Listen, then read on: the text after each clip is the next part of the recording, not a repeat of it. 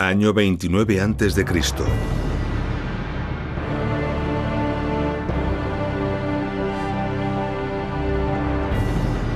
El emperador Augusto queda dueño absoluto del mundo romano.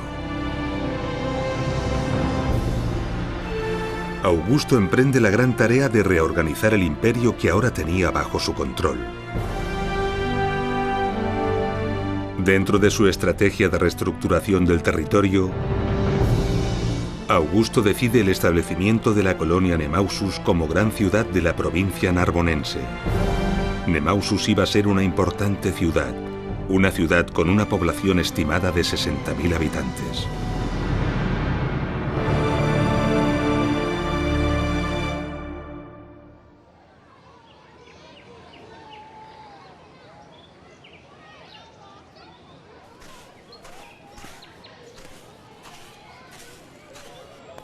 Y así fue. Nemausus fue una gran ciudad. Los restos que han perdurado y que podemos contemplar en la actual Nimes no dejan lugar a dudas.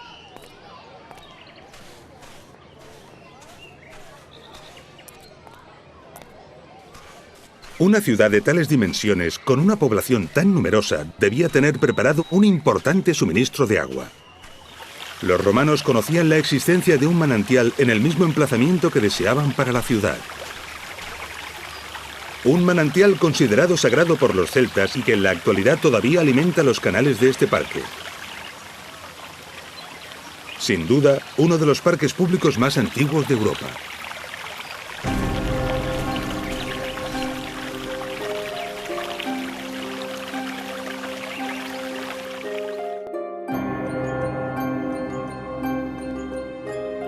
Además de estas fuentes, los romanos disponían de un caudaloso río a tan solo 5 kilómetros al norte, el río Gard. Para muchos pueblos y civilizaciones esto habría sido más que aceptable. Pero para los romanos el caudal de estas fuentes no era suficiente y la calidad del agua del río no era la deseada. Eran necesarias unas fuentes con un agua de calidad extraordinaria y con un gran caudal, un suministro que tuviera un dilatado horizonte para poder abastecer a una gran población que seguramente estaría en continuo crecimiento durante siglos. Los romanos las buscaron y las encontraron aquí, en Ucés. La fuente del Euro. Un poderoso manantial que hoy, 2000 años después de ser aprovechado por los romanos y tal y como ellos sospecharon, sigue brotando con un poderoso caudal y una extraordinaria calidad.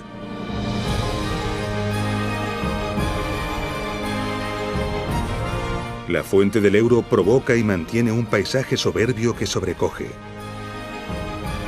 Desde hace cientos de años, miles de personas vienen a disfrutar de este extraordinario lugar.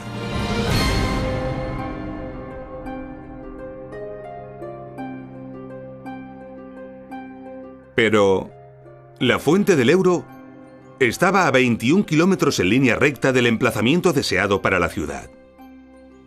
Además, todo el terreno al norte de Nimes es muy abrupto, y entre la ciudad y las fuentes se desarrolla el profundo cañón del río Gard que sería necesario cruzar transversalmente. ¿Cómo trasladar el agua salvando esta enorme distancia y superando los obstáculos que el territorio ofrecía? Los ingenieros romanos sabían cómo hacerlo. Construirían un canal, construirían un acueducto. Así que los mejores ingenieros debieron ser convocados. Era necesario proyectar y construir rápidamente. La ciudad no podría funcionar sin la garantía del recurso vital. Pero antes de todo era necesario asegurar que la ubicación deseada para la ciudad era posible.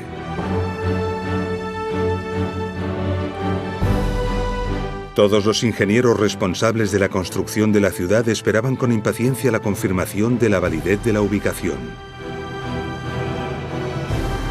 Y en caso de que esta no fuera posible, disponer de una propuesta alternativa. Los ingenieros romanos conocían perfectamente sistemas de elevación y de bombeo del agua para vencer a la gravedad.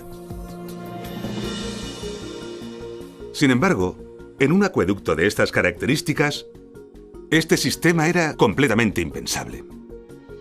Los ingenieros sabían que era mucho más inteligente aprovecharse de la fuerza de la gravedad que enfrentarse a ella. De esta forma, la cota de la ciudad debía ser mucho más baja que la de las fuentes. Una cota que iba a venir determinada por las distancias y por la pendiente escogida. Con los avanzados conocimientos que tenían en la construcción de canales, los ingenieros romanos sabían que una pendiente escasa ocasionaba un escaso caudal y la acumulación de sedimentos que terminarían por obstruir el acueducto. Por el contrario, una pendiente demasiado pronunciada daba lugar a velocidades agresivas que erosionaban y ponían en peligro la canalización. El rango de pendientes admisibles para que no se ocasionaran estos problemas es ínfimo. El mínimo está en torno a 10 centímetros de caída por cada kilómetro. Y el máximo no debe superar los 50 centímetros. El acueducto debía ajustarse a esta norma. Esto requiere una precisión topográfica admirable y presenta una dificultad extraordinaria. Con estos datos se obtiene rápidamente la pendiente y la distancia. La ciudad debería situarse en la cota 54,8 metros sobre el nivel del mar, o sea, a 4,2 metros por debajo de la cota de la fuente. Pero la distancia en línea recta y el desnivel total no se consideran. Construir un acueducto en línea recta supondría la construcción de decenas de kilómetros de túneles y arquerías para atravesar montañas y salvar valles. Algo inimaginable. Para evitarlo, es necesario adaptarse al terreno. Esto incrementa considerablemente la longitud. Y a medida que la longitud del canal aumenta, la cota de llegada será inferior. Pero, ¿cómo adaptarse al terreno? ¿Qué camino escoger? El camino idóneo surge rápidamente si cortamos el terreno con un plano horizontal que parta de la cota de las fuentes y llegue hasta la zona escogida para la ciudad. Y esto lo sabían perfectamente los romanos. Esta línea de intersección con el terreno supone el recorrido ideal y natural. Pero surgen irremediablemente dificultades que deben ser salvadas y atajos deseables para abaratar y facilitar la obra. A veces escogiendo recorridos alternativos, a veces acortándolos con túneles, otras veces construyendo arquerías. Todo esto se debía tener en cuenta, respetando en todo momento los límites tan precisos en la pendiente, para finalmente obtener el preciado dato de la cota a la que llegaría el agua. La ciudad debería situarse obligatoriamente por debajo de esta cota, para así ser suministrada de agua por efecto de la gravedad.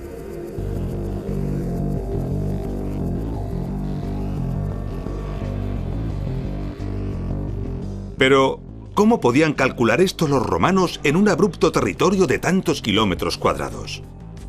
Esto es toda una proeza. ¿Cómo lo lograron? Sabemos que fue imprescindible levantar un mapa preciso.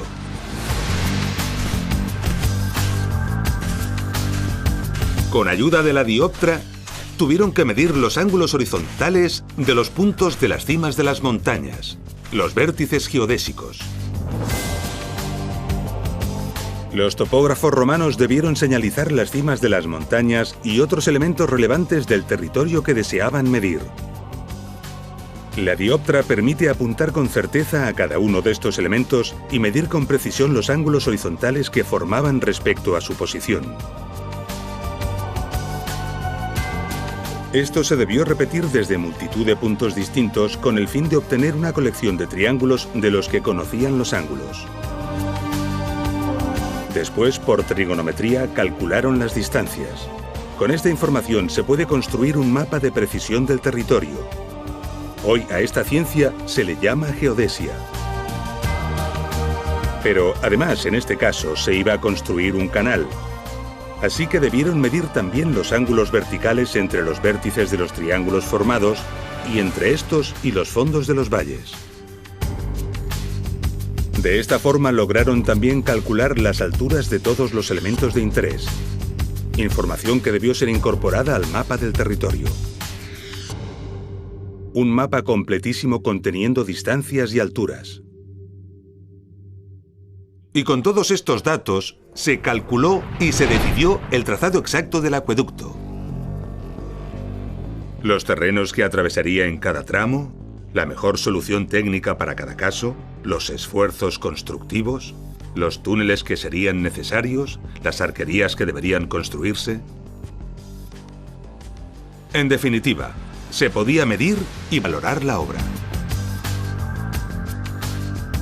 Y se podía averiguar el dato que los ingenieros encargados de construir la ciudad tanto necesitaban: la posición adecuada donde levantar la ciudad. El abastecimiento estaba asegurado y podía enviarse la noticia a Augusto de que su fundación era posible y acertada.